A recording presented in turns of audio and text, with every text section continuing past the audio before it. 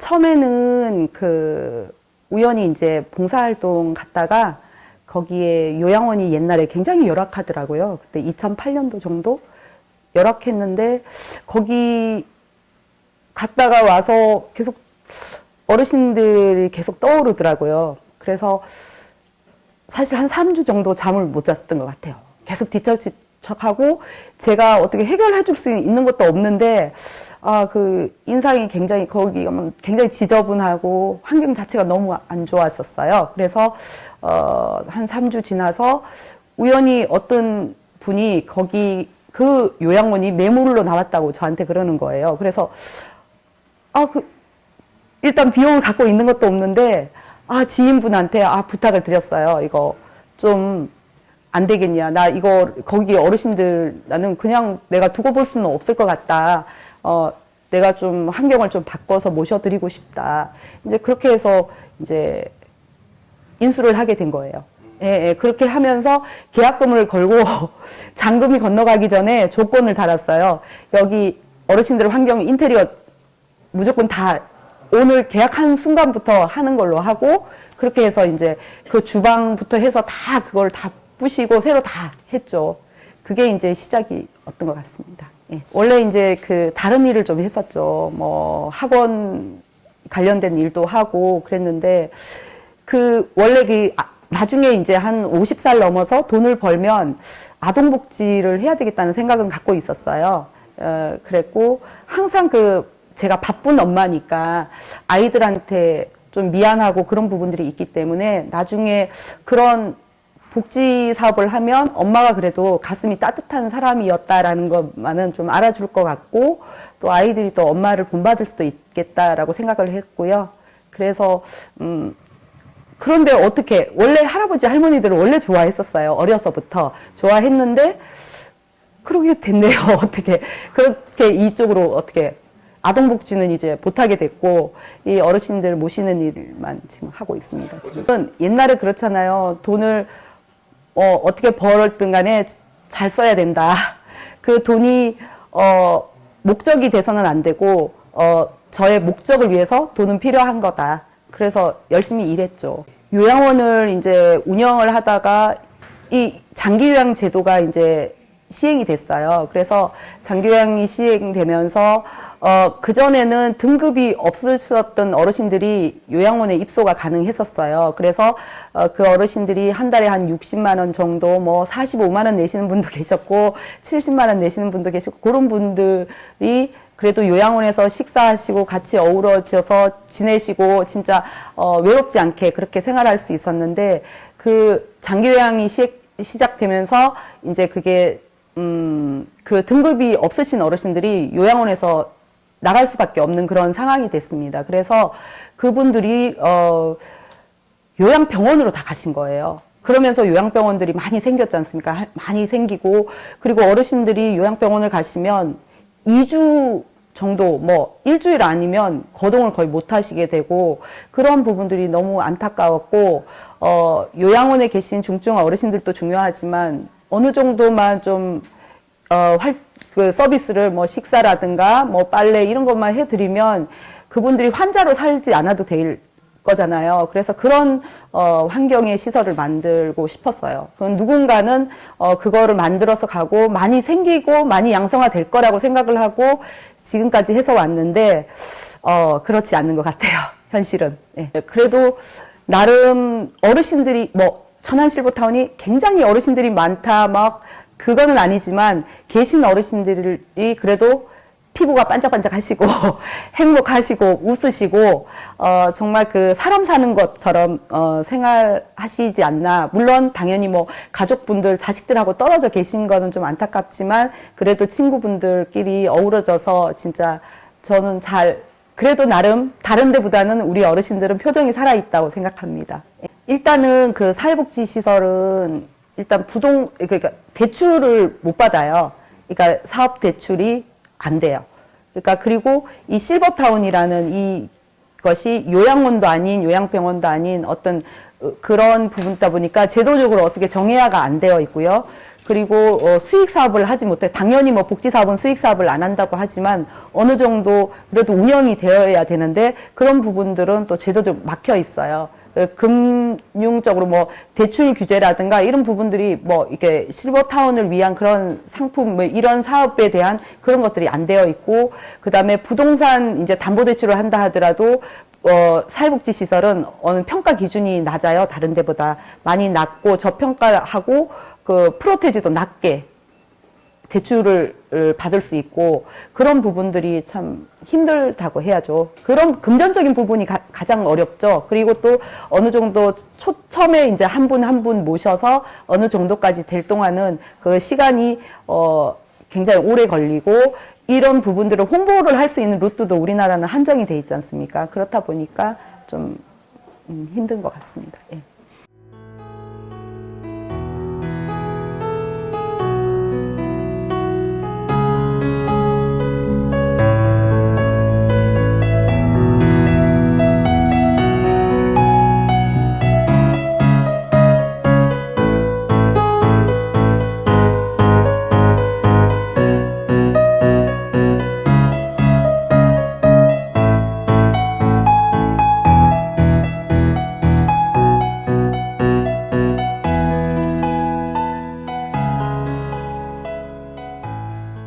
저는 뭐 일단은 저희는 이제 어르신들이 생활하시는 환경 무조건 단층을 고집을 해서 여태까지 왔고요. 그리고 1인실보다는 두 분 같이 쓰시는 방을 더 선호하고, 저는 근데 뭐 요구하시는 분들 때문에 어쩔 수 없이 드리지만, 그리고 또 저희는 일단 먹거리는 제가 먹을 수 있는 음식이래야 된다. 뭐 파는 거 진짜 출처 불명의 그런 걸 잘 선호하지 않고요. 기본적으로 제 손으로 할 수 있는 거는 직접 다 해드리는 거거든요. 뭐 장이라든가 뭐 김장 같은 거, 뭐 봄 되면은 산나물 뜯고, 그 다음에 뭐 상추 심고 고추 심고 이런 거 할 수 있는 거는 다 최선을 다해서 해서 해드리고, 그리고 어르신들하고 같이 생활하는 거, 같이 어울려서 지내는 거는 제가 다른 데랑은 틀리지 않을까요? 네네. 실버타운이든 요양원이든 이 어르신들의 개개인의 어떤 취향들이 있어요. 그리고 본인들이 중요하게 생각하시는 부분들이 있어요. 그러면은 어떤 실버타운은 뭐 놀이 프로그램이 굉장히 좋다. 어떤 때는 먹거리가 좋다. 뭐 어떤 때는 뭐 의료가 정말 잘 되어 있다. 뭐 여러 가지 그런 기준들이 있고, 어머님, 아버님들 개개인의 어떤 스타일들에 따라서 그거에 맞춰서 찾는 게 맞지. 보통 이제 보호자들이 알아볼 때는 일단 비용부터 알아보거든요. 근데 비용부터 물으면, 진짜 이 자식이, 자녀분이 과연 부모님의 행복한 노후를 위해서 이 실버타운을 알아볼까? 그런 생각이 들어요. 왜 비용부터 물으세요? 저는 그래요. 물론 돈이 중요하지만, 어머님, 아버님의 취향, 어머님이 어떤 스타일이신지, 어떤 걸 좋아하시는지, 그런 걸 보고 어머님이 좋아하시는 환경인지, 일단 그런 부분들부터 저는 알아볼 것 같은데, 보통 이제, 거기 금액이 얼마예요? 이렇게 물어봅니다. 예. 내가, 몇 살까지 살 건가? 100살까지 산다. 뭐 보통 요즘은 100세 시대라고 하지 않습니까? 그러면은,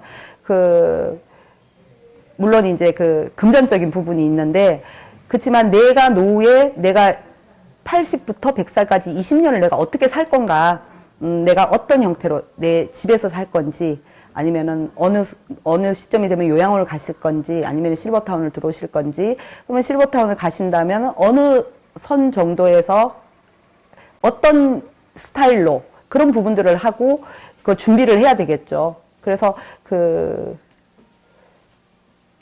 30년 설계라고 해야 되나요? 그걸 새롭게 해야 되는데, 그거를 할 수 있는 거는 물론 밖에서 할 수도 있지만, 실버타운에 뭐 체험식으로 오셔서 저희들하고 또 서로 얘기를 하고, 노년에 어떻게 살고 싶어서, 저 사실 그렇게 하시는 분들이 있어요. 60대도 실버타운에 들어오셔가지고 같이 상의하고, 그러면서 나는 이제 몇 살까지 내가 밖에서 이 활동을 하고, 그 다음에 몇 살 되면 원장님 다시 오겠습니다. 요렇게 살 거예요. 나는 뭐 경제 활동도 조금 할 거고, 하시고 싶으신 분들은 할 거고, 또 아니면은 뭐 동호회 활동이나 이런 부분, 외부적인 활동을 많이 하시고 싶어 하는데 그것도 계획을 짜서 해야 되잖아요. 그죠? 그래서 그런 부분들을 계획을 짤 수 있는 그런 프로그램 같은 것도 저희가 실버타운에서 앞으로 좀 많이 개발하려고 노력하고 있습니다. 저희도. 저는 사실 이게 혼자서 계속해서 오다 보니까 많이 한계가 많지만 우리나라는 실버타운 그러면 너무 획일화되어 있고 다양성이 없습니다. 그래서 좀 다양한 형태의 실버가 만들어져야 된다. 근데 단순히 다 그런 어떤 수익률, 집장사 같은 그런 형태의 아파트 막 고층으로 올라가고 하는 그리고 뭐 호텔식 이런 너무 획일화되어 있어요. 그래서 정말 자연하고 벗삼아도 살 수 있고 도심에서도 살 수 있고 뭐 바닷가에도 있고 여러 가지의 형태의 실버들이 있어야 제 노년에 한 군데 들어갔다고 해서 거기서 끝나는 게 아니라 내가 한 2년은 바닷가에서 살아봐야지.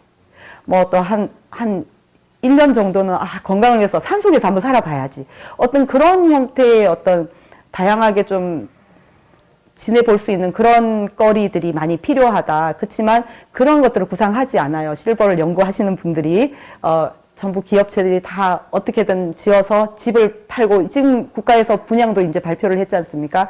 그래서 그런 노년의 어떤 행복함을 추구하기보다는 노년에 내가 뭐 가서 밥 얻어 먹고 그냥 그런 식인 것 같아요. 저는 좀 다양하게 많이 생겼으면 좋겠습니다.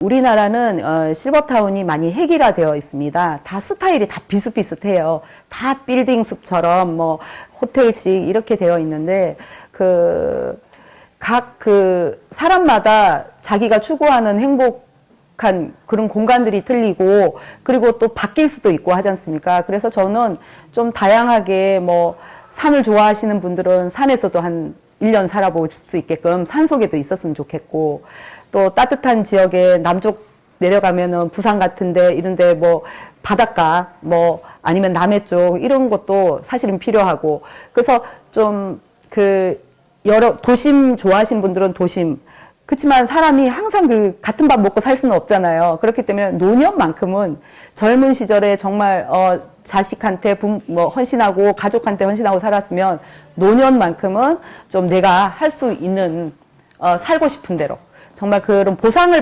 받듯이 그렇게 살았으면 하는 게 제가 바람입니다. 그런 실버타운들이 많이 생겼으면 좋겠습니다. 만들어 갈 것이라는 것은 그럼 내년 생겼을 아니라 그런 좀 저는 여기도 만들어서 이 어르신들이 2년 동안 이렇게 운영할 수 있도록 내가 좀 그렇게 좀 크게 어떻게 만듭니까? 꿈이라고 말씀드렸어요.